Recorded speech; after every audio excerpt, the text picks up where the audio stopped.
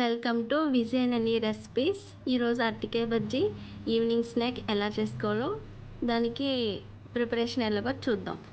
అరటికాయ బజ్జీకి కావాల్సిన పదార్థాలు అండి, ఒక స్పూన్ కారం, పసుపు ఒక స్పూను,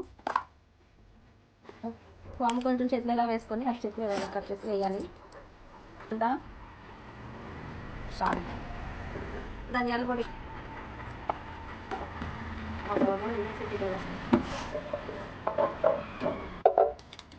తినే సోడా ఒక చిటికెడండి, మళ్ళీ ఎక్కువ వేసుకుంటే ఆయిల్ పీల్చేస్తుంది.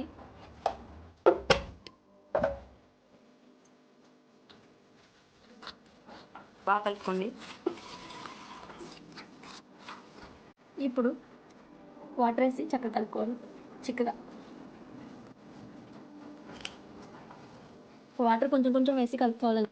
ఒక అరటికాయ తీసుకొని దాన్ని తొక్క తీసేసి సన్నగా స్లైసెస్లా కట్ చేసి దీన్ని ఈ మాదిరి కలుపుకోవాలి. చక్కగా చిక్కగా కాదు, పలుచగా కాదు, మీడియంలో కలుపుకోవాలి.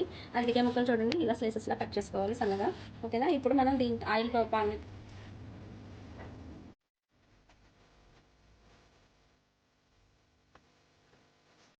వేసి అరటికాయ బజ్జీ రెడీ అండి ఈవినింగ్ స్నాక్.